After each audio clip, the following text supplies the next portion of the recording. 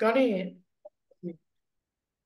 ఓం అస్మద్ గురుభ్యో నమ హరి ఓం శ్రీశైలేశిత్యాది ప్రణతోస్మి నిత్యం ఆపదామపవర్తారం దాతారం సర్వసంపదాం లోకాభిరామం శ్రీరామం భూయో భూయో నమామ్యహం.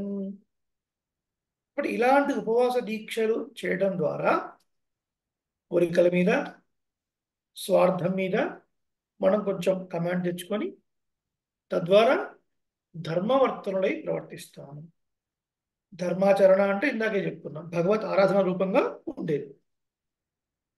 ధర్మానికి అనేక నిర్వచనాలు ఉన్నాయి. ఇప్పుడు మనం శ్రీరామాయణం చేస్తున్నాం కాబట్టి ఒక వృత్తాంతం చెప్పుకొని ముందుకు పెడదాం. మీరు కొంచెం అందిస్తూ ఉండాలి దాసుడికి. ఓకే. దండకారణ్యంలో శ్రీరాముడిని చూసి మోహించి డైరెక్ట్గా రామా నన్ను నువ్వు వివాహం చేసుకో అని ప్రపోజ్ చేసినటువంటి సుందరీమణి ఎవరు? శూర్పణఖ స్వామి. శూర్పణఖ. కరెక్ట్. ఆ తర్వాత ఏమైంది? లక్ష్మణస్వామి ఏం చేశాడు? ముక్కు చెరుకు. ఏం చేస్తుంది ఈమె? తప్పు ఈమెదే. కానీ దండకారణ్యంలో తన యొక్క హాఫ్ బ్రదర్స్ ఉన్నారు. హాఫ్ బ్రదర్స్ అంటే ఇంకొక తల్లి కొడుకులు అనమాట. సవతి తల్లి కొడుకులు అంటే బ్రదర్స్ అవుతారు, సోదర వరుస. లంక అనేది వాడి హెడ్ ఆఫీస్ అనుకోండి, రావణాసుడిది. ఈ దండకారణ్యం బ్రాంచ్ ఆఫీస్ అనుకోండి. అక్కడ ముగ్గురు మెయిన్ రాక్షసులు ఉన్నారు: ఖర, దూషణ, త్రిశిర. ఈ ముగ్గురు అండర్లో 14,000 మంది రాక్షసులు ఉన్నారు. ఈ ముగ్గురికి ఎంతమంది ఉన్నారండి? 14,000. 14,000 మంది. శూర్పణఖ వెళ్ళింది, బాధపడింది. వాళ్ళు చూశారు, మా చెల్లెలకి ఇంతటి అపరాధం చేసిన వాడు ఎవడు? వాడి రక్తాన్ని ఈరోజు భూమి తాగాలనుకుంటుందా అని సినిమా లెవెల్లో డైలాగులు బేర్ చేశాడు. అయిపోయింది.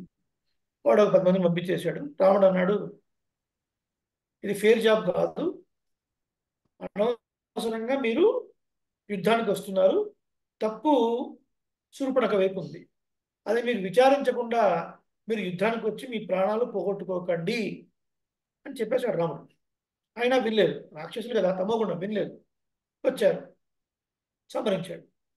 అందరూ వచ్చారు, 14,000 మంది. 14,000 మందిని శ్రీరామచంద్రమూర్తి 3 గడియల్లో సంహరించాడు. ఒక గడియ అంటే ఎన్ని నిమిషాలు? ఎన్ని గెస్? 48 నిమిషాలు స్వామిజీ. జై శ్రీమన్నారాయణ. 24 minutes గడియ. ఓకే. 3 గడియలు అంటే 72 నిమిషాలు.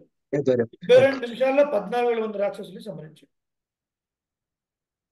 ఒక్కడు మిగిలాడు, అకంపనుడు అని. వాడు పరిగెత్తుకుంటూ వెళ్ళి రావణాసుడికి చెప్పాడు, ఇలా జరిగింది. రావణాసుడు చాలా కోపం వచ్చేసింది. క్రోధ మూర్ఛిత అని వాల్మీకి మహర్షి ప్రయోగం. కోపంతో ఊగిపోయి ఒకసారి మూర్ఛిని మళ్ళీ వాడి కళ్ళలోంచి నిప్పు కడికలు పడుతున్నట్టుగా అంత కోపం వచ్చింది. వచ్చాడు, దండకారణ్యానికి వచ్చాడు. శ్రీరాముడు ఎక్కడ నుండి అక్కడికి వెళ్లకుండా ముందు మారీచుడి దగ్గరికి వచ్చాడు. మారీచుడు ఒక వరుసలో మామయ్య అవుతాడు రావణాసుడు. మారీచుడికి ప్రోగ్రాం చెప్పాడు, ఇలా చేద్దాం అనుకుంటున్నాను. బుద్ధి లేదారా నీకు? నీ రాజ్యంలో నీకు మంచి చెప్పేవాళ్ళు ఎవరు లేరా? సువర్ణమైన లంక, అందమైన భార్యలు, సుఖాలు ఇవన్నీ ఉండగా ఎందుకు కోరి దీన్ని తెచ్చుకుంటావు? నువ్వు యుద్ధం తెచ్చుకుంటావు, వెళ్ళిపో అన్నాడు. అప్పుడు ఫస్ట్ విన్నాడు రావణాసురుడు. శ్రీరామాయణం చదివితే తెలుస్తుంది. రావణాసురుడు విన్నాడు, వెళ్ళి బాబు వెళ్ళిపోయాడు. కానీ శూర్పణఖ చూడండి, కోరిక, శ్రీరాముడిని అనుభవించాలన్న కోరిక ధర్మంగా ఒకవేళ కోరి ఉన్నట్లయితే లభించేదే. అది చూద్దాం, అది ఎలా లభిస్తుందో కూడా ముందు ముందు చూద్దాం. కానీ కామంతోనే, అంటే ఎక్కువ కోరిక ఎక్కువ పెరిగి రాముడిని బలవంతంగా అనుభవించాలనుకున్నటువంటి శూర్పణఖ భంగపడి, మన సంప్రదాయం ఇదే చెప్తారనమాట, అమ్మవారి మూలంగా మనం స్వామివారిని సేవించాలి తప్ప నేరుగా స్వామివారి దగ్గరికి వెళితే జరిగే అనర్థమే ఇది. ఓహో, అంటే మీ ఉద్దేశంలో ఒకవేళ శూర్పణఖ సీతా అమ్మవారి ద్వారా వెళ్ళి, హే సీత, నాకు శ్రీరాముడు నచ్చాడు, నేను అతను వివాహం చేసుకుంటా అంటే, చేసుకోమ్మా, ఏం పర్వాలేదు, నువ్వు కూడా నా పక్కన అని అని ఉండేదా సీత? అది అర్థం కాదు అక్కడ. ఎంతో మంది మునిపుందువారు కూడా శ్రీరాముడి యొక్క దివ్యమంగళ స్వరూపం అనే మోహనాకారుని చూసి మోహించారు కదా. రమంతే అస్మిన్ యోగిన ఇది రామ అంటే ఒక వ్యుత్పత్తి అర్థం రాసుకోవాలి ఇట్లాంటివన్నీ. రమంతే అస్మిన్ యోగిన ఇది రామ అంటే మునులు కూడా ఎవరి యందు రమిస్తారో, అంటే ఎవరిని తలుచుకొని ఒక గొప్ప మోహాన్ని పొందుతారో అటువంటి వాడు రాముడు. మరి ఏమన్నాడు రాముడు? ఇప్పుడు కాదండి, మరి ఈ యుగంలో నేను ఏకపత్ని వ్రతుడిగా ఉన్నాను, ద్వాపర యుగంలో మీరు గోపికలుగా వర్తరించండి, తప్పక మిమ్మల్ని స్వీకరిస్తాను అన్నాడు. శూర్పణఖ అడిగి ఉంటే కూడా ఏదో రూపంలో వరం ఇచ్చేవాడు. చూడండి, అమ్మవారి మూలంగా వెళ్లకుండా నేరుగా వెళ్ళింది. ఏమైంది? భంగపడింది. ఆ కామం తీరక ఆ కామం కాస్త క్రోధం అయిపోయింది. ఆ క్రోధం పెరిగి పెరిగి మళ్ళీ రావణాసురుడిని బాగా ప్రేరేపించింది. నీ లంక, నీ దగ్గర ఉన్న స్త్రీలు, వాళ్ళదొక అందమా? వాళ్ళేమన్నా అందమైన వాళ్ళు అనుకుంటున్నావా అన్నయ్య? నువ్వు అందం అంటే సీతదిరా. అసలు ఆమె నీ పక్కన ఉండాల్సింది, కానీ రాజ్య భ్రష్టుడై అడవుల్లో తిరుగుతున్న రాముడి పక్కన ఉండేది సీత. నీలాంటి వాడి పక్కన ఉండాలి. మిస్ అయ్యావు నువ్వు చాలా. నువ్వు వాడు రెచ్చగొట్టింది. వీడు మళ్ళీ వచ్చాడు. వీడు మళ్ళీ వచ్చాడు. అప్పుడే ఉన్నాడు మారీచుడు. ఇంత చెప్పి పంపించిన తర్వాత మళ్ళీ వచ్చావా నువ్వు? నీకు మాట చెప్తాను విను. సతతం ప్రియవాదిన సులభా పురుషో రాజన్. సులభా పురుషో రాజన్ సతతం ప్రియవాదిన.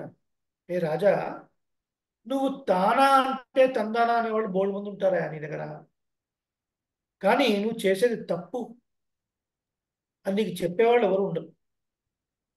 అలా నీకందరూ నీకు జేజలు కొట్టేవాళ్లే, నువ్వు ఏదంటే అది చెప్పి నీ దగ్గర బహుమానాలు పుచ్చుకునేవాళ్ళే నీ చుట్టూ ఉన్నారు తప్ప నీ హితం కోరేవాడు ఎవరు లేరా నీ పక్కన. ఒకవేళ వాడు చెప్పిన ఆ మాట ఎట్లుంటుందో తెలిసిన నీకు? అప్రియస్య పథ్యస్య వక్త శ్రోతాచ దుర్లభ. ఇది మనం అండర్లైన్ చేసుకోవాలి. నీ హితాన్ని కోరి మంచి మాటలు చెప్పే మాటలు ఎలా ఉంటాయో తెలుసా? ఒక వైద్యం మనం స్వీకరిస్తున్నప్పుడు ఆయుర్వేదంలో ఆ మందు పనిచేయాలంటే పథ్యం చేయాలి. పథ్యం అంటే ఈ వస్తువులు తినకూడదు, ఈ వస్తువులు తినకూడదు అని ఉంటుంది. వాటిని తినకూడదు అన్నమాట. ఆ పథ్యం లాంటివి ఆ మంచి మాటలు అనేవి, అవి నీ చెవికి ఎక్కవు. మంచి మాటలు చెప్పేవాడు, మంచి మాటలు వినేవాడు ఈ లోకంలో కనబడడం దుర్లభం. అంటే ఇవాడు మంచి చెప్పేవాడు లేడా అని రామో విగ్రహవాన్ ధర్మ అన్నాడు. ఈ మాట అనేది దశ చక్రవర్తి కాదు, ఈ మాట అనేది వశిష్ఠుడు కాదు, ఈ మాట అనేది కైకేయి కాదు, సుమిత్ర కాదు, కన్నతల్లి అయిన కౌసల్య కాదు, విశ్వామిత్రుడు అంతకన్నా కాదు. ఈ మాట అనేది మారీచుడైనటువంటి రాక్షసుడు. రామో విగ్రహవాన్ ధర్మ. రాముడు మూర్తి భవించిన ధర్మము. బద్రీనారాయణ పెరుమాళ్ కొలువై ఉన్నటువంటి బద్రీనారాయణ క్షేత్రంలో నారాయణులు ఇప్పటికీ కూడా కొండలాగా ఉన్నారు. ఆ బద్రీనారాయణ టెంపుల్, ఆ వెనకాల కొండలు, డ్రాయింగ్ గీయండి అంటే మీరు గీస్తారు, డ్రాయింగ్ గీస్తారు. ధర్మాన్ని డ్రాయింగ్ చేయండి, డ్రా చేయండి అంటే మీరు డ్రా చేస్తారా? ధర్మాన్ని డ్రా చేస్తారా అండి? మీరు చేయగలరా? లేదు. చేయలేదు. కానీ శ్రీరాముని డ్రా చేసి ఇది ధర్మం అండి అని చెప్తే మీకు 100 మార్క్స్ పడతాయి. మూర్తి భవించినటువంటి ధర్మం మూర్తి భవిస్తే అంటే ధర్మం అనేది ఒక రూపు కడితే అది శ్రీరాముడు అన్నాడు కదా. ఎందుకు చెప్పుకున్నాం మరి ఇదంతా? అంటే ఏంటి దాని అర్థం? ధర్మం చేయడం అంటే ఏంటి? ధర్మబద్ధంగా ఉండటం అంటే ఏంటి? పరమాత్మను మనసు నిలిపి ఉండటము, ఏ పని చేసినా ఆ బుద్ధితోనే చేయటము. కాబట్టి సాక్షాత్ ధర్మం అంటే పరమాత్మే, శ్రీమన్నారాయణుడే, ఆయన అవతారాలే, అవే ధర్మం. ఇప్పుడు ధర్మం వైపు అంటే పరమాత్మ ఆరాధన వైపు, పరమాత్మ ఆరాధించడం అంటే ఏంటి? పరమాత్మని ఆరాధించడము అంటే పరమాత్మని సేవించడం అని అర్థం. పరమాత్మని సేవించడం అంటే అర్థం ఏంటి? పరమాత్మ యొక్క ముఖోల్లాసం కలిగించడం అర్థం. అంటే పరమాత్మకి ఆనందాన్ని కలిగించడం అర్థం. అంటే దాని అర్థం ఏంటి? భగవదత్వమును సేవించడం, ఆచార్యులను సేవించడం. కాబట్టి భగవత్ ఆరాధనాపూర్వకంగా ఏది ఉంటుందో అదే ధర్మం. ఆ ధర్మానికి ఖర్చు పెట్టండి అన్నారు. సంపాదించిన డబ్బుని 6 భాగాలుగా చేసి ఒక భాగాన్ని ధర్మానికి ఖర్చు పెట్టండి అని ధర్మశాస్త్రం చెప్తుంది మనకి. Different topic. సరే, అప్పుడు ఇక్కడ క్లోజ్ చేద్దాం మనం. సో ఇవన్నీ దేని చుట్టూ తిరుగుతున్నాయి? మొత్తం కూడా ధర్మం చుట్టూ మనకు తిరుగుతుంది. శ్రీరాముడు అవతలనే ధర్మ అనుష్ఠానం. మనందరికీ చేసిన ధర్మాలు 2 ధర్మాలు: సామాన్య ధర్మము, విశేష ధర్మం. ఆ రెండింటినీ, అది కాకుండా వైయక్తిక ధర్మము, రాజధర్మము, ఇవన్నీ కూడా సమగ్రంగా ఏదో ఉపదేశం చేసి వెళ్ళిపోయినవాడు కాదు రాముడు, ఆచరించి చూపించినవాడు శ్రీరాముడు. తపస్వాధ్యాయ నిరతం తపస్వి వాగ్విదాంబరం నారదం పరిపప్రచ్ఛ వాల్మీకి ప్లస్ మునిపుంగవం వాల్మీకిర్ మునిపుంగవం. 3 విశేషణాలు నారద మహర్షికి వేశారు. ఎప్పుడు తపస్సు స్వాధ్యాయంలో నిరతుడే ఉండేవాడు, ఆసక్తి గలవాడు, అందులోనే ఉండేవాడు. వాగ్విదాంబరం, సరస్వతీ పుత్రులుగా చెప్పబడే వాళ్ళలో శ్రేష్టమైన వాడు, చక్కటి వాక్పటిమ కలవాడు. మునిపుంగవం, మునులలో శ్రేష్టమైన వాడు అని చెప్పి వాల్మీకి మహర్షి గురించి చెప్తూ తపస్వి అన్నాడు. తపస్వి అంటే తపస్సే స్వత్తుగా కలవాడు, ధనంగా కలవాడు అని చెప్పారు. కాబట్టి తపస్సు అనే ధనమే, తపస్సు అనే ధనమే ఉంది. ఈ శ్లోకం ద్వారా ఒకటి గురుపూర్వకమైన నమస్కారము చెప్పబడింది, ఇంకొకటి మంగళాచరణం కూడా చెప్పబడింది, ఇంకొకటి ఈ గ్రంథాన్ని అధ్యయనం చేసే వారికి ఏం కలుగుతుందో కూడా చెప్పబడింది. తకారో సౌఖ్యముచ్యతే. ఎంతమంది రాసుకున్నారు నోట్బుక్ లో? తకారంతో స్టార్ట్ అయిన ప్రబంధం తపస్వాధ్యాయ నిరతం. తకారో సౌఖ్యముచ్యతే వాణిగా రాసుకున్నారు. సౌఖ్యాన్ని కలిగిస్తుంది. ఈ గ్రంథం చదవడం వల్ల ప్రయోజనం మనం చెప్పుకున్నాం. అనుబంధ చతుష్టయము. ఏ గ్రంథాన్ని మనం ప్రారంభించినా 4 విషయాల కవి చెప్పగలగాలి, చెప్తాడు అందులో.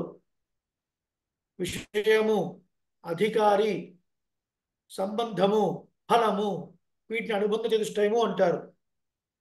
ఇవన్నీ ఇందులో చెప్పబడ్డాయి. అలాగే తపహ అని చెప్పడం వల్ల భరణ్యాసం చెప్పబడింది, అంటే శరణాగతి చెప్పబడింది. ఎప్పుడైతే శరణాగతి అన్నామో అప్పుడే ప్రణిపాత రూపమైనది శరణాగతి, సాష్టాంగ దండ ప్రణామంతో కూడుకున్నది శరణాగతి అని చెప్పడం ద్వారా పరిప్రశ్నేన సేవ. పరిప్రశ్న అని చెప్పుకున్నాం కదా, నారదం పరిపప్రచ్ఛ, నారదుణ్ణి బాగా తత్వజిజ్ఞాసతో ఇలా అడిగాను. ఎవరు? వాల్మీకి మహర్షి. ఎప్పుడైతే పరిప్రశ్న అని అన్నారో అప్పుడు వచ్చిన ఆచార్యుడు చక్కగా సేవించి ఇలా అడిగాను అని చెప్పడం ద్వారా గురువందనం కూడా అయింది, మంగళాచరణం కూడా అయింది, దేవతా నమస్కారం కూడా అయింది. తపశబ్దవాసుడు ఎవరండి? పరమాత్మే కదా. తపస్సు అంటే వేదం అని చెప్పుకున్నాం. వేదం ద్వారా తెలియబడేవాడు ఎవరు? శ్రీమన్నారాయణుడే. వేదైశ్చ సర్వై అహమేవ వేద్య అని పరమాత్మ చెప్పాడు కదా గీతలో. కాబట్టి ఇటు మంగళాచరణ శ్లోకం అయిపోయింది, అటు ఇష్టదేవత నమస్కారము అయిపోయింది, ఇటు ప్రణిపాతము కూడా అయిపోయిందండి అని చెప్పారు. ఇంకా తపశబ్దానికి తపస్వి, తాపసే, శోచ్యే. తపస్వి, తాపసే, శోచ్యే, SHOCHYE. శోకించువాడు అని ఒక అర్థము. శోకించువాడు అంటే అర్థం ఏంటి అంటే లోకోత్తరమైనటువంటి కావ్యాన్ని మనకు అందించాలి అన్నటువంటి తపనలో ఉన్నటువంటి వాడు వాల్మీకి మహర్షి.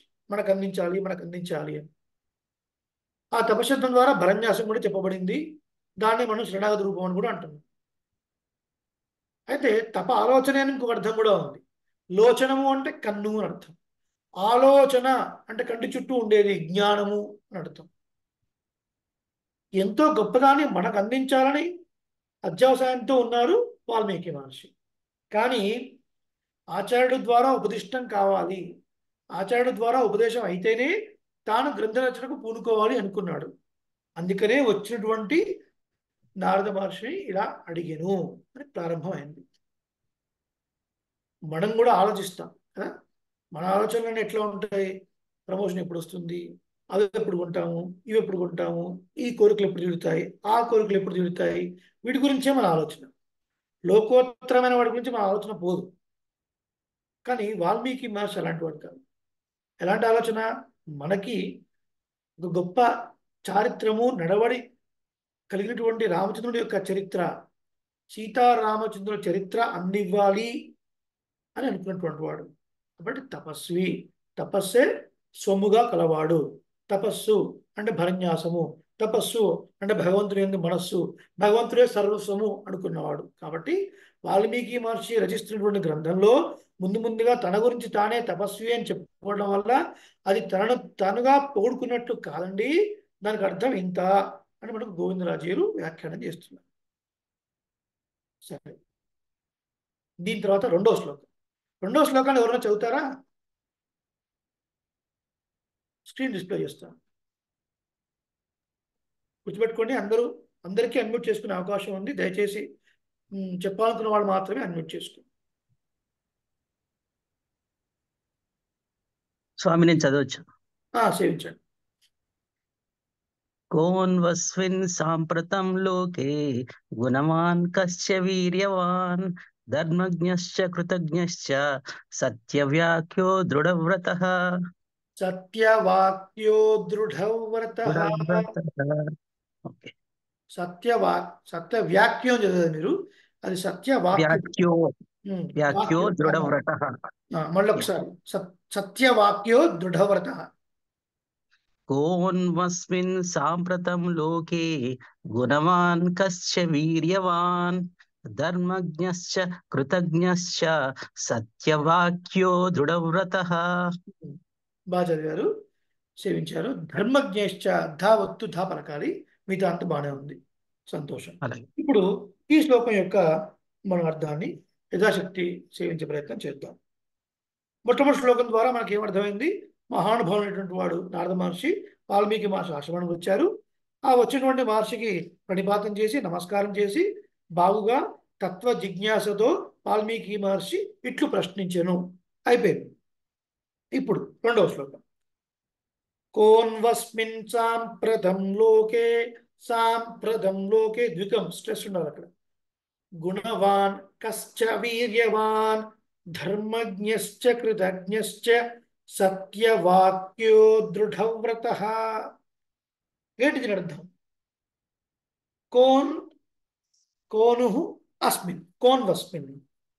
ఈ నుహు అనేది దీనికి వ్యాకరణ సూత్రంలో నుహు పృచ్ఛాయాం అని ధాతు. నుహు పృచ్ఛాయాం, నుహు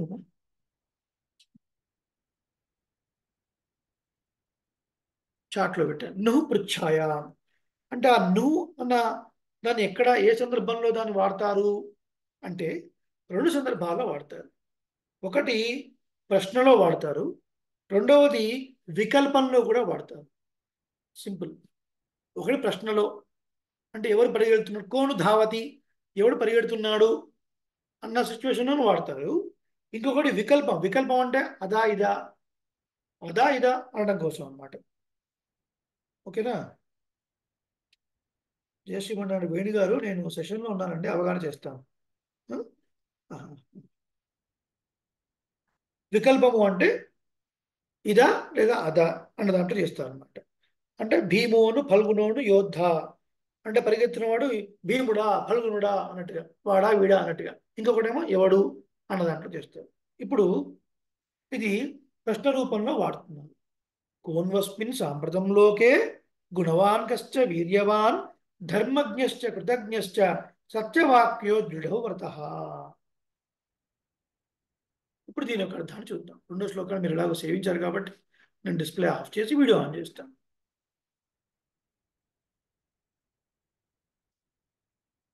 ఇది కూడా చాలా అందమైన ప్రశ్న. హే మహర్షి, అస్మిన్ లోకే, ఈ లోకంలో, సాంప్రతంలోకే, ప్రస్తుతం ఉన్న కాలంలో, కోన్వస్మిన్ సాంప్రతంలోకే గుణవాన్ కశ్చ వీర్యవాన్, గుణవంతుడెవడు, వీర్యవంతుడెవడు, ధర్మజ్ఞశ్చ కృతజ్ఞశ్చ సత్యవాక్యో దృఢవ్రత. ధర్మజ్ఞుడెవడు, కృతజ్ఞుడెవడు, సత్యవాక్ పరిపాలన దక్షుడెవడు, దృఢవ్రత అంటే దృఢమైన నిర్ణయం కలవాడు ఎవరు. మనం చెప్పుకున్నాం కదండి, 3 శ్లోకాల్లో 16 ప్రశ్నలను అడిగారు. ఎవరు? వాల్మీకి మహర్షి. ఎవరు అడిగారు? నారద మహర్షిని అడిగారు. నారద మహర్షిని వాల్మీకి మహర్షి 3 శ్లోకాల్లో 16 ప్రశ్నలు అడిగారు. అంటే ఈ 16 గుణములు కలవాడు ఎవడు? కానీ శ్లోకంలో ప్రయోగం ఎంత అద్భుతంగా ఉందంటే, అస్మిన్లోకే సాంప్రతంలోకే అన్నారు. దీని ద్వారా ఇప్పుడున్న లోకము చెప్పబడింది, ఇప్పుడున్న కాలము చెప్పబడింది. ప్రశ్నలో చాలా జాగ్రత్తగా అడిగారు. అంటే ఇన్ని గుణాలు ఉన్నవాడు నారద మహర్షి ఆలోచించి, అవునయ్యా, కృతయుగంలో శ్రీమన్నారాయణుడు ఫలానా అవతారం స్వీకరించి, అది కాదు, ఆ యుగంలో అక్కర్లేదు, సాంప్రతంలోకే, అస్మిన్లోకే, ఇప్పుడున్నటువంటి ఈ యుగం. ఇప్పుడున్న ఈ యుగం అంటే అర్థం ఏంటి? వాళ్ళ ప్రకారంగా ఏ యుగం అది? త్రేతాయుగం. ఈ త్రేతాయుగంలో ఈ భూమండలం మీద అని అర్థం. మళ్ళీ ఎక్కడో భూమిని దాటిపోయి మళ్ళీ దేశకాల పరిచ్ఛేద్యం లేకుండా ఈ ప్రశ్నలో ఏం చెప్పబడుతుంది అంటే, దేశకాల పరిచ్ఛేద్యం అంటే వేరే ఎక్కడో కాలాంతరంలో అంటే ఎప్పుడో గడిచిపోయిన యుగంలో ఎవడో ఉన్నారని చెప్తారేమో, అది కాదండి. అలాగే ఎక్కడో ఏదో లోకంలో మహానుభావుడు ఉన్నాడని చెప్తారేమో, అది కూడా కాదు. ఇప్పుడు ఈ మాంస నేత్రాలతో నేను చూడడానికి వీలుగా, అలాగే ఈ భూలోకంలో ఈ 16 గుణములు కలవాడు ఎవడు అని ప్రశ్న ప్రారంభం. 3 శ్లోకాల్లో 16 గుణాలు అడుగుతారు. పూర్వస్మిన్ సాంప్రతంలోకి అంటే అర్థం అదనమాట. దీనివల్ల ఏమర్థం అవుతుంది? నారద మహర్షి చెప్పే సమాధానంలో త్రేతాయుగం కన్నా ముందు కృతయుగంలో ఎవరు అవతరించారు అన్న ప్రశ్న కొట్టివేయబడింది. ఈ లోకంలో కాదయా, వైకుంఠంలో మహానుభావుడు ఉన్నాడు, అది అక్కర్లేదు. వైకుంఠం గురించి ఆయనకెందుకండి? అక్కర్లేదు. ఈ భూమండలం త్రేతాయుగంలో ఆ సమయంలో శ్రీరామాయణం నడుస్తూ ఉంది. శ్రీరామాయణం నడుస్తూ ఉన్న కాలంలోనే, ఇతిహాసం అంటేనే అది కదండి, నడుస్తూ ఉన్న కాలంలోనే లిఖింపబడేది ఇతిహాసము. ఇతి ప్లస్ హా ప్లస్ ఆశ, ఇది ఇలాగే జరిగినది అని చెప్పేది. అలాగే ధర్మాన్ని ప్రతిపాదింపబడేది చెప్పేది. కాబట్టి ఈ లోకంలో ఉన్నవాడు ఎవరు?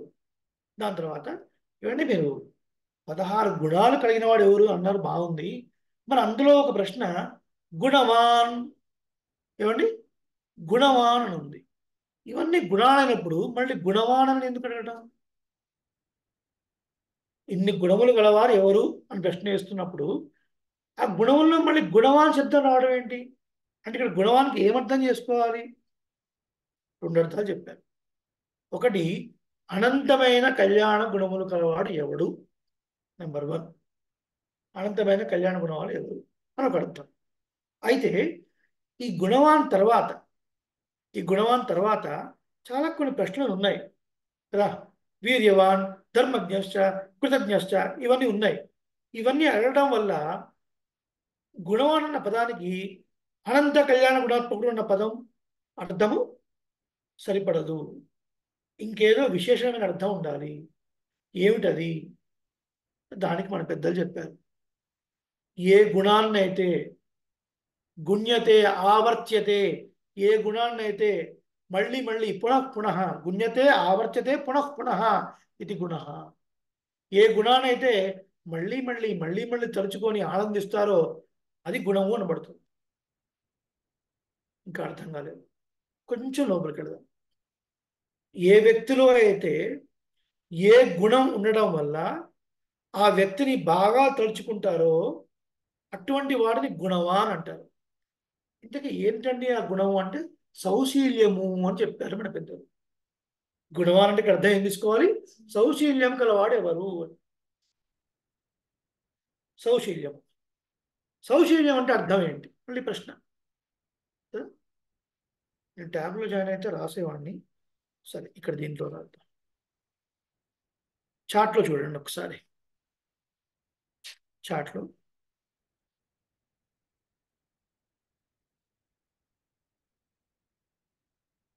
ఒక వైట్ బోర్డ్ ఉంటుంది.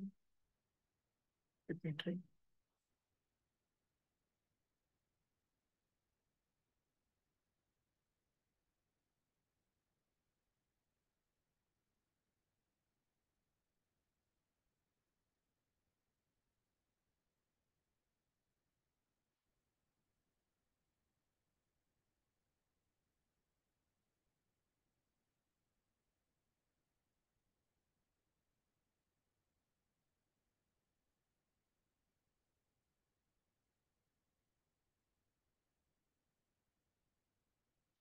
మహతో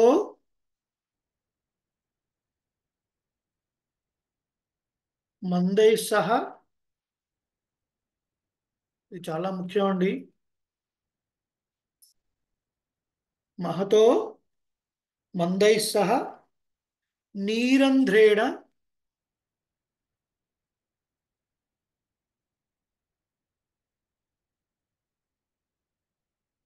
రైటింగ్ ఇంత పిచ్చిగా ఉంది అనుకోకండి, నేను మోస్తో చేస్తున్నాను, కొంచెం బాగానే రాస్తాను. నీరంధ్రేణ సంశ్లేష, ఇది రాసుకున్నాక ఇది ఆఫ్ చేస్తాను.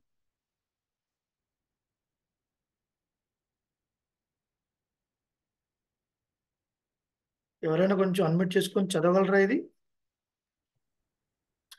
ఏం స్వామి? చదవండి ఒకసారి ఇది. మహతో మందై సహ నీరంధ్రేణ సంశ్లేష. ఇది సౌశీల్య, అది రాసుకోండి మీరు.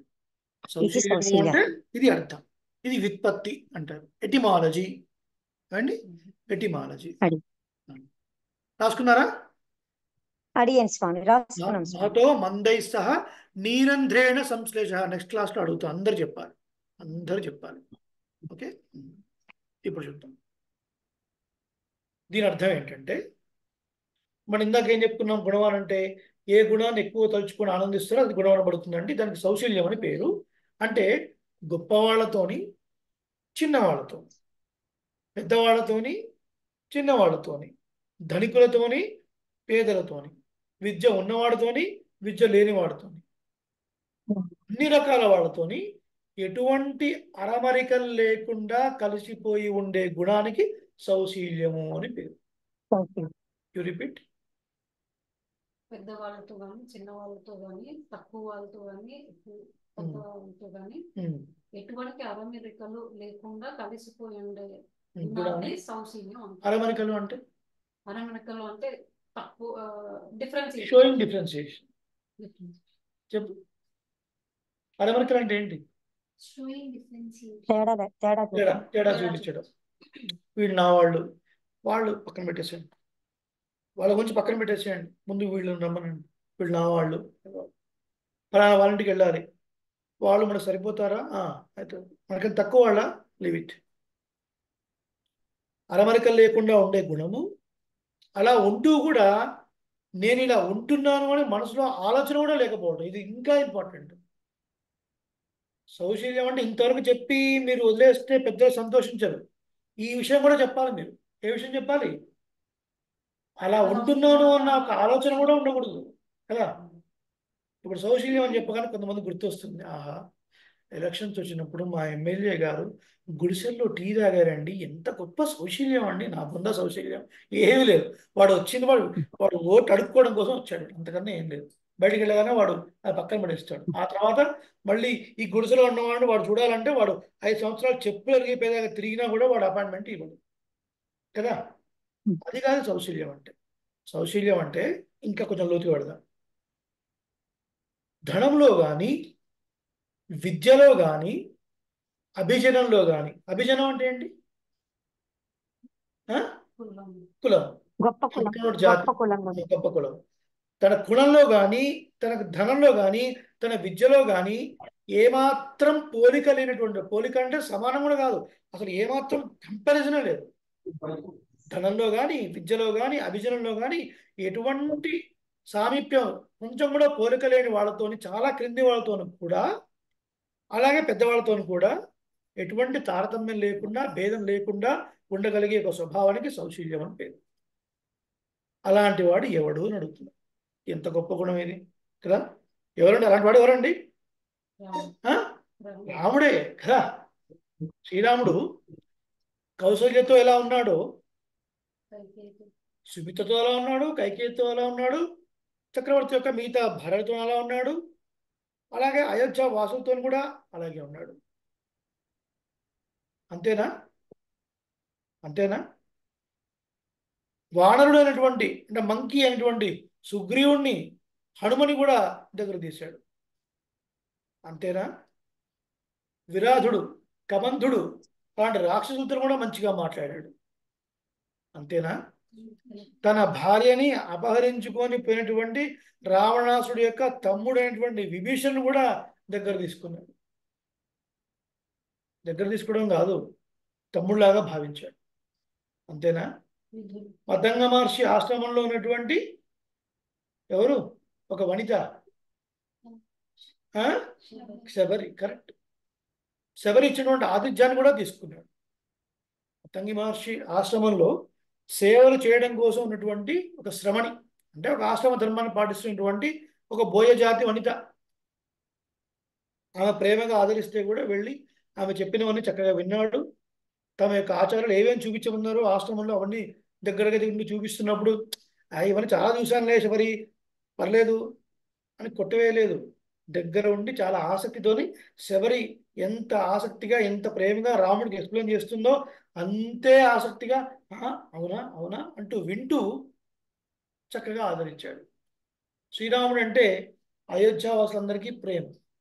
శ్రీరాముడు అంటే చెట్లు చేమలకి ప్రేమ. శ్రీరాముడు అంటే జంతువులకు కూడా ప్రేమ. శ్రీరాముడు అంటే నదీ నదులకు కూడా ప్రేమ. శ్రీరాముడు అంటే మహర్షులకు ప్రేమ. శ్రీరాముడు అంటే మంత్రులకు ప్రేమ. ఒక్కటే ఒక్క మాట. సీతాదేవి మొట్టమొదటిసారి హనుమ కలుసుకున్నప్పుడు రాముడి గురించి వర్ణించు అంటే హనుమ ఇలా ప్రారంభిస్తాడు. Please don't make noise. Rama కమలపత్రాక్ష సర్వసత్త మనోహర. రిపీట్. రామ కమలపత్రాక్ష సర్వసత్త మనోహర.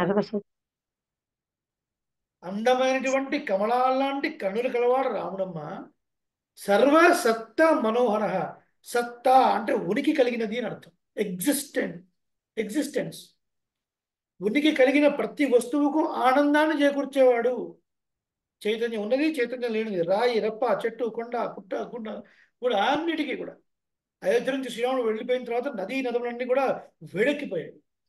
చెరువులు దొరువులన్నీ వేడెక్కిపోయాయి, నీళ్ళన్నీ కూడా రాముడు లేని అయోధ్యను చూసి. అప్పటిదాకా చక్కగా పుష్పించి పండ్లనిచ్చేటువంటి చెట్లు కూడా వాడిపోయాయి. చిన్న దూడలని కట్లు విప్పితే ఉరుక్కుంటూ వెళ్ళి తమ తల్లి దగ్గర పాలు తాగే దూడలు కూడా నీరసపడిపోయి పాలు తాగలేకుండా ఉన్నాయి. ఎందుకు? అయోధ్యలో రాముడు లేడు. ఇది రాముడు అంటే.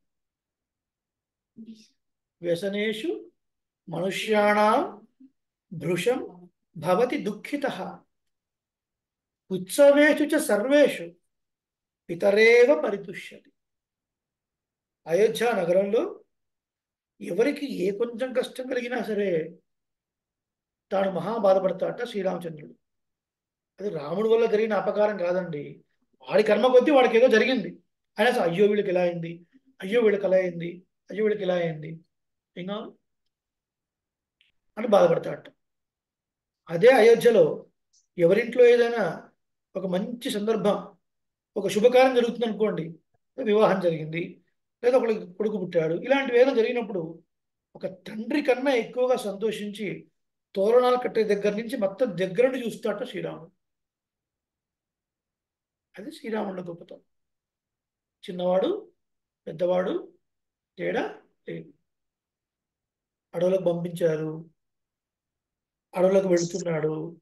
మొట్టమొదటగా గంగా తీరానికి వెళ్ళాడు. గంగా తీరానికి వెళ్ళాడు.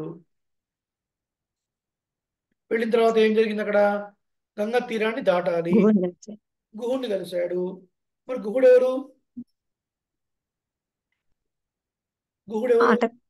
ఆటవికుడు, నిషాదాధిపతి కదా.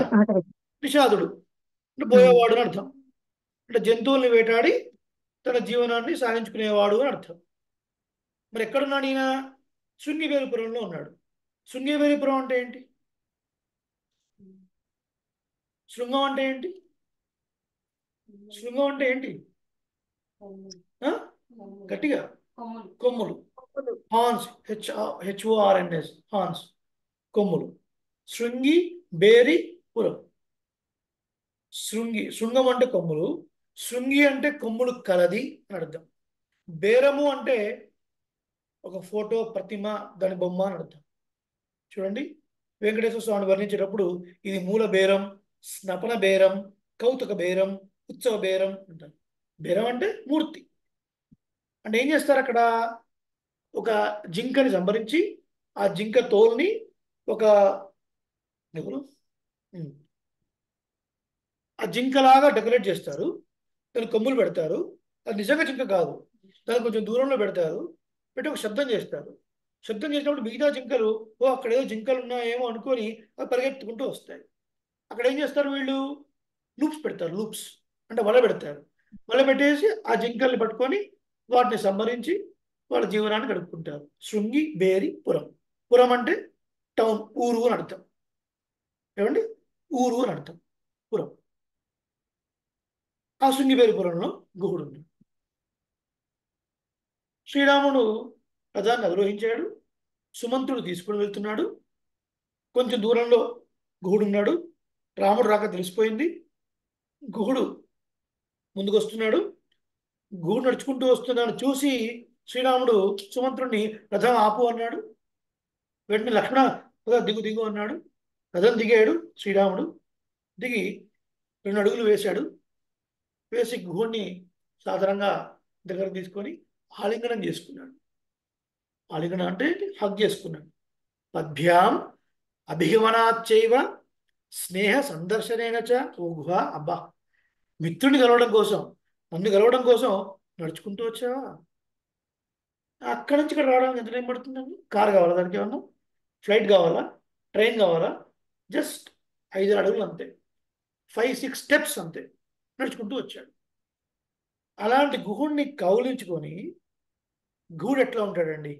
జస్ట్ ఇమాజిన్, ఆ గంగా తీరంలో పడవలు నడుపుకుంటూ ఉండేవాడు.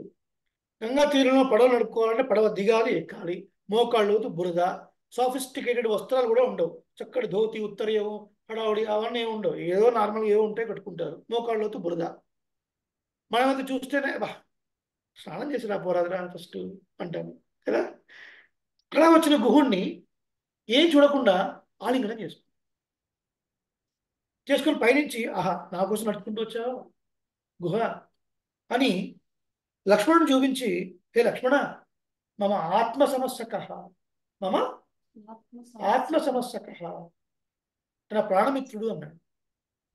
నాతో సమానమైన వాడు నా ప్రాణమిత్రుడు అంటే లక్ష్మణుడికి ఏమవ్వాలి? గుహుడు అన్నయ్య అవ్వాలి, నీకు సుధ సమానం అన్నాడు. చెప్పండి ఇప్పుడు, గుహుడు శ్రీరాముడి యొక్క అభిజనంలో కానీ, శ్రీరాముడి యొక్క విద్యలో కానీ, శ్రీరాముడి యొక్క ఐశ్వర్యంలో కానీ ఏమన్నా సరిపోయేవాడండి గుహుడు? సరిపోయేవాడు కాదు. మరి అలాంటి వాడితో ఎట్లా ఉన్నాడు? అరమరికలు లేకుండా ఉన్నాడు. ఇది సౌశీల్యం అంటే. అలా ఉండడమే కాదు, కేవలం అలాంటి ఉండటాన్ని భావన కూడా లేకుండా, అంటే మనం అనుకోవచ్చు అండి, ఇప్పుడు గంగా తీరానికి వచ్చారండి, ఇక్కడి నుంచి రథం వెళ్ళిపోతుంది, పడవ దాటించాలి కదండి. పడవ దాటించాలంటే ఎదుటివాడిని ప్లీజ్ చేసుకోవాలి కదా, వాడికి ఏదో కాస్త కాకా పట్టాలి. కాబట్టి అవసరం కోసం శ్రీరాముడు గుహుడిని కౌలించుకుందామంటే అది కూడా లేదు. లక్ష్మణుడిని పిలిచి, ఒరే నీకు సోదరు లాంటి వాడు రా అన్నాడు. సీతాదేవి పరిచయం చేశాడు. ఏమంటే మనం పరిచయం చేస్తామండి. మనం చదువుకున్నప్పుడు 10th క్లాస్లో, ఇంటర్మీడియట్లో కర్మగాలి వాడు ఫెయిల్ అయ్యి వాడే బజ్జీ బండో పానీపూరి బండ పెట్టుకున్నాడు అనుకోండి, మనం ఆర్ఎస్ బ్రదర్స్కో షాపింగ్కో వెళ్ళినప్పుడు వాడు ఆ షాపింగ్ మాల్ ముందు పానీపూరి పెట్టుకుంటూ ఉన్నాడు అనుకోండి, వాడు అక్కడ ఉన్నాడంటే మనం భోజనం ఇలా తిప్పుకుంటూ వెళ్తాం. చూసి వాడు పలకరిస్తే మనకు నామోషి కదా. నామోషి అంటే వి ఫీల్ లిటిల్ లో. ఏమంటారు ఇంగ్లీష్లో? ఇంకేం చెప్పాలి ఇంగ్లీష్లో? నామోషిని ఏమంటారు ఇంగ్లీష్? Feeling embarrassing. ఇప్పుడు ఎందుకు అంటే, అరే నేను చదువుకుని ఉద్యోగం చేస్తున్నాను, కార్లో తిరుగుతున్నాను, సోఫిస్టికేటెడ్గా ఉన్నాను, ప్లీజ్ ఆఫ్టర్ ఆల్ ఇంటికి గప్చిప్ అదంటే పానీపూరి అవి అమ్ముతున్నాడు. అలాంటి వాడు నా ఫ్రెండ్ అని పరిచయం చేయాలంటే అప్పుడు అదేంటి మీ ఫ్రెండ్ పానీపూరి అమ్ముతున్నాడా నువ్వు అంటావా? ఇన్ జనరల్ అంట. ఇప్పుడు ఉండి నేను అడను అని ఓవర్ యాక్షన్ చేయాలి. In general people say like that కదా. అహంకారం అనొచ్చా? ఏమండి? అహంకారం అనొచ్చా? అహంకారం కాదు, అహంకారం కాదు, అహంకారం. ఇక్కడ ఏంటి అంటే మనకన్నా తక్కువ ఉన్న వాడిని మనం పరిచయం చేయాలంటే మన ఫ్యామిలీకి మనం ఇబ్బంది పడతాం కదా, కొంచెం ఎంబరాసింగ్ సిచ్యువేషన్ ఫీల్ అవుతాం మనం కదా, అలాంటి తక్కువ వాడిని చూసి. కానీ శ్రీరాముడు అలా ఏం అనుకోలేదు. అంత తక్కువ జాతి వాడైనా నిషాదాధిపతి అయినప్పటికీ కూడా తన వృత్తి ధర్మాన్ని తను నిర్వహిస్తున్నాడు. శ్రీరాముడి మీద కల్మషం లేని ప్రేమ ఉంది, అది మాత్రమే చూశాడు. శ్రీశైలదానం పత్రికలో ఒక వ్యాసం రాశాడు దాసుడు. భగవంతుడి వైపు మనం ఒక అడుగు వేస్తే భగవంతుడు 10 అడుగులు మన వైపు వేస్తాడు అని ఒక వ్యాసం. అవకాశం అంటే చదవండి, అందులో కొంచెం వివరంగా చెప్పడం జరిగింది. కాబట్టి ఇక్కడ దీనివల్ల ఏం తెలుస్తుంది అంటే ఏదో అవసరం కోసం శ్రీరాముడు ఆ గుగుడుతోని అలా ఆలింగనం చేసుకోలేదండి. లక్ష్మణస్వామికి పరిచయం చేశాడు, నీ అన్నలాగా భావించన్నాడు. సీతాదేవికి పరిచయం చేశాడు, ఆత్మ సమస్య అన్నాడు. దీని ద్వారా శ్రీరాముడి యొక్క సౌశీల్యం తెలియజేయబడింది. చాలా గొప్ప గుణం అండి. అది మనం వింటూ ఉంటే ఏముందిలేండి అనిపిస్తుందేమో, కానీ ఆ గుణం అందరికీ రాదు, చాలా కష్టం అది. ఎందుకంటే ప్రతివాడికి ధనం వల్ల, విద్య వల్ల, అభిజనం వల్ల అహంకారం ఉంటుంది. మనకు తంబిళ్ళ గారి చరిత్రలో తెలుస్తుంది. అలా ఆచార్య పురుషుల్లో వంశాల్లో ఉన్నటువంటి వాళ్ళకి సహజంగా కొంచెం గర్వం ఉంటుంది, అహంకారం ఉంటుంది, మాకే అని తెలుసు అని. ఇక డబ్బున్న వాడి సంగతి చెప్పక్కర్లేదు. ధనం ఎక్కిన మదం ఎక్కును, ఉండనే ఉంది కదా, ఉండనే ఉంది. ఇవన్నీ మనం అంత ఈజీ కాదు. 16 గుణాలు మనం అలవర్చుకోకపోయినా కనీసం ఏదో ఒక గుణాన్నైనా శ్రీరాముడి నుంచి మనం నేర్చుకోవాలి. అందుకు శ్రీరామాయణం చదవాలి, అందుకు శ్రీరామాయణం తెలుసుకోవాలి పెద్దల ద్వారా. సరే, దీని తర్వాత ఏం జరిగింది? నెక్స్ట్ సుగ్రీవుడితో మైత్రి. సుగ్రీవుడు ఎవరు? వానరుడు. నరవా మనిష అన్నట్లుగా బిహేవ్ చేసేవాడు కాబట్టి వానర అని వచ్చింది. వానర అంటే అర్థం ఏంటి? నరవా, నరుడా అన్నట్లుగా వాటి యొక్క చేష్టాలు ఉంటాయి అన్నమాట. అవి చేసే పనులు అట్లా ఉంటాయి, మనుషులాగానే ఉంటాయి. కాబట్టి నరవా దాన్ని రివర్స్ చేసి వానర అని వచ్చింది అనమాట. అలాంటి ఒక మంకీతోని ఫ్రెండ్షిప్ చేసుకున్నాడు అగ్ని సాక్షిగా. కండిషన్ ఏంటండి? ముందు వాళ్ళని సంహరించి కిష్కింద యొక్క రాజ్యాన్ని సుగ్రీవుడికి కట్టబెట్టాలి. ఆ తర్వాత సుగ్రీవుడు సీతాన్వేషణలో సహాయం చేయాలి. దీనికోసం వాళ్ళిద్దరి మధ్యలో మైత్రి. ఎలా? అగ్ని సాక్షిగా మైత్రి. అలాంటి సుగ్రీవుణ్ణి కూడా ఒక సోదరుడుగా భావించాడు. సరే, గుహుడు అంటే మనిషి అనుకుందాం, కనీసం మనిషి కూడా కాదు, ఇక్కడ మంకీ, ఒక మంకీని కూడా అలా ట్రీట్ చేశాడు. దీని తర్వాత మనం ఇందాక చెప్పుకున్నాం, విరాటుడు, కబంధుడు అందరితో మంచిగానే మాట్లాడాడు. ఋషి పత్నులు అందరినీ గౌరవించాడు, అన్ని ఆశ్రమాలకు తిరిగాడు, అందరినీ సేవించాడు. శ్రీరాముడు నేను ఇంత గొప్పవాణ్ణి, చక్రవర్తి తిరుమహనార్ అనే సంప్రదాయంగా పేరు శ్రీరాముడికి. చక్రవర్తి తిరుమహనార్ అంటే చక్రవర్తి అంటే ఎవరు? దశరథుడు, ఆయన యొక్క కుమారుడు శ్రీరాముడు అని పేరు. ఇంత గొప్పవాణి అని నా రాజ్యంలో ఉన్న మహర్షులకు నేను వెళ్ళి నమస్కరించేది ఏంటి అనుకోలేదు. ప్రతి మహర్షి ఆశ్రమానికి వెళ్ళాడు, నమస్కరించాడు, వాళ్ళని సేవించాడు, వాళ్ళకి సపరలు చేశాడు శ్రీరాముడు. ఇదంతా ఒక ఎత్తు అండి, ఇదంతా ఒక ఎత్తు. తీరా సీత అపహరణం జరిగిన తర్వాత రావణాసురుణ్ణి సంహరించడం కోసం, లంకకు వెళ్ళడం కోసం సముద్ర తీరంలో ఎలా వెళ్ళాలి అని ఆలోచిస్తున్న సమయంలో, ఆ సమయంలో విభీషణుడు వస్తే ఆ విభీషణుడు కూడా చేర్చుకున్నాడండి శ్రీరాముడు. ఆ విభీషణుడు కూడా చేర్చుకున్నాడు. శత్రువర్గంలో ఉన్నవాడిని చేర్చుకుంటారా ఎవరైనా? చేర్చుకోరు. శ్రీరామ చరమ శ్లోకము ఒక 2 సెషన్స్ ఉన్నాయి యూట్యూబ్లో, సమయం ఉన్నప్పుడు సేవించాను. అలాంటి విభీషణుడు కూడా అక్కును చేర్చుకొని దగ్గర కూర్చోబెట్టుకొని ఒక్కసారి విభీషణుడి కళ్ళలోకి ఇలా చూశాడు.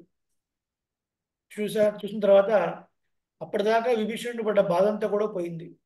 అంటే తన కళ్ళతోనే విభీషణుడి యొక్క ఆ బాధనంతా కూడా తాగేశాడా అన్నట్లుగా చూశాడు శ్రీరామచంద్రమూర్తి.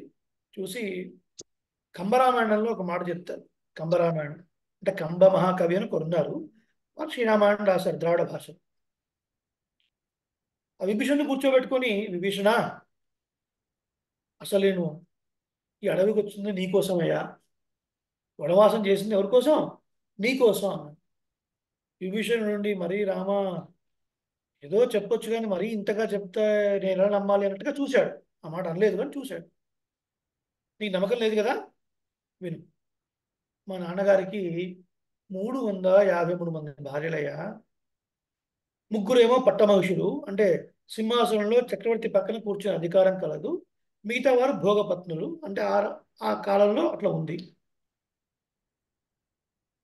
పుత్ర సంతానం లేదయ్యా. సంతానం లేక పుత్రకామేష్టి చేస్తే ఆయన వచ్చి చిన్న గిన్నెలో ఏదో పాయసం ఇచ్చాడు. ఆ పాయసాన్ని కాస్త మా ముగ్గురు తల్లులు స్వీకరించారు. మేము నలుగురమే పుట్టాం. ఎవరు? శ్రీరాముడు, భరతుడు, లక్ష్మణ, శత్రుఘ్నుడు. ఇది వరుస. మా నాన్నగారు ఉండి, రామ అడవులకు వెళ్ళు, తమ్ముళ్ళు సంపాదించుకొని రా అని అన్నాడు. అందుకనే వచ్చాను అడవులోకి. గుహనోడు ఐవరాను మున్ముపిన్ కున్ను సూళ్వాహన్ మహనుడు అరువరాను. గుహనోడు ఐవరాను. గూడుతోని మేము కాస్త 5గురం అయ్యాం. చెప్పాడు కదా గూడిని, నా ఆత్మ సమస్యగా నీకు అన్నయ్య లాంటి వాడని చెప్పాడు. కాబట్టి గూడుతోని 5గురం అయ్యాం.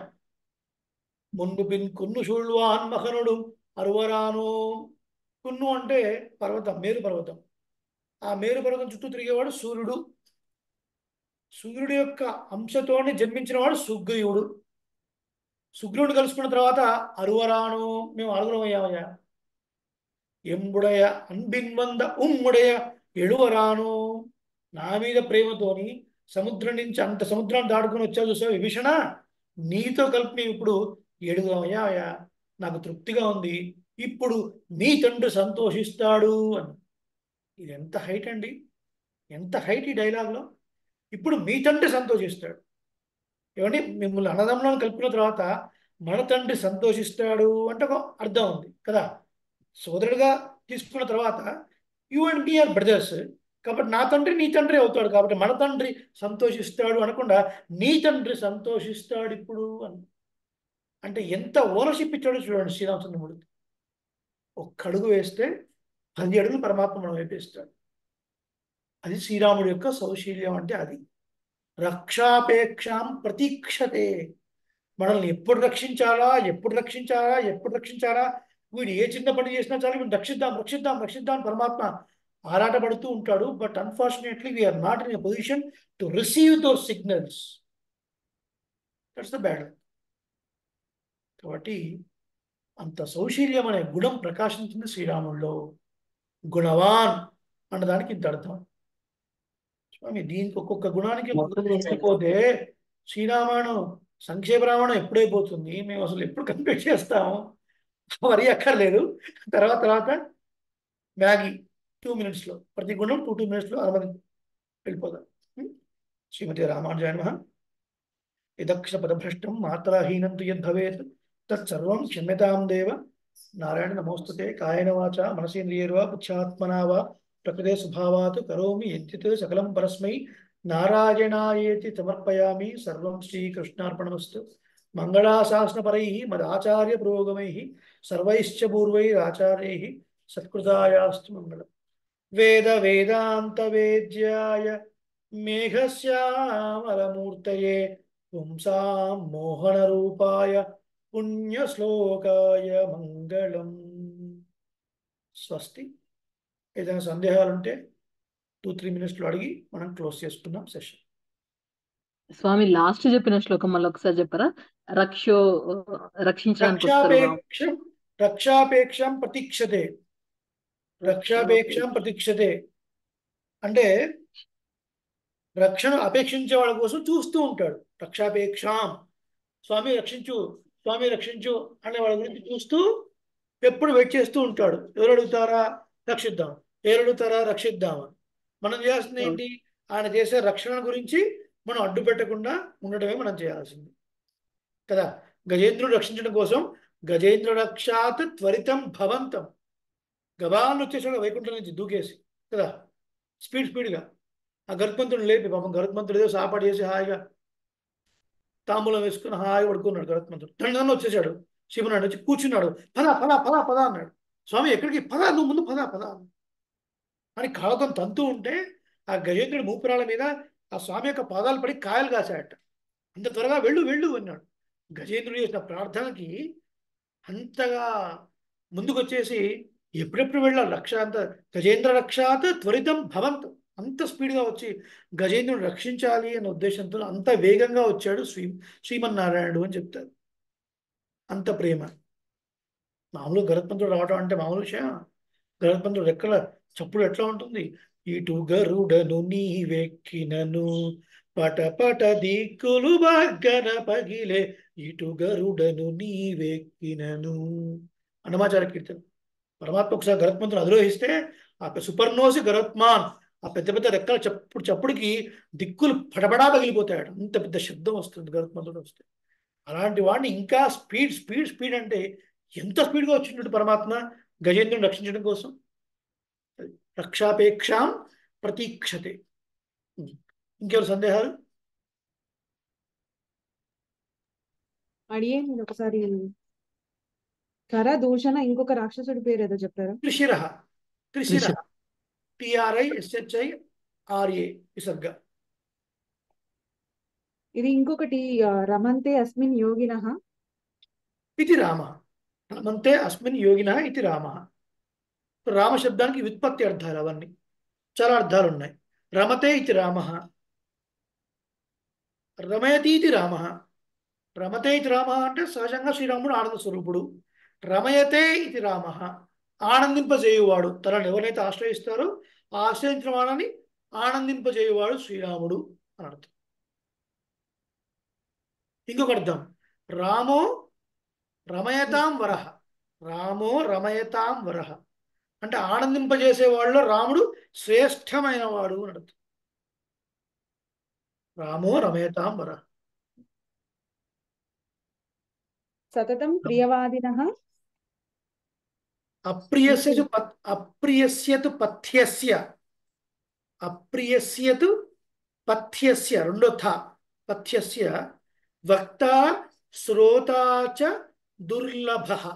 వక్తా శ్రోతా చ దుర్లభః. అన్నపూర్ణ అనుకుంటున్నారు. స్టార్టింగ్లోనేమో చక్కగా స్క్రీన్ డిస్ప్లే చేసి రాసేవారు. ఇప్పుడేమో బద్దకిస్తున్నారు స్వామి, అన్ని మేమే రాసుకోవాల్సి వస్తుంది. పర్వాలేదు, మీకు కొంచెం అలవాటు అవుతుంది. ఓకేనా? మీకు కొంచెం వ్రాయడం అలవాటు అవుతుంది. ఓకే.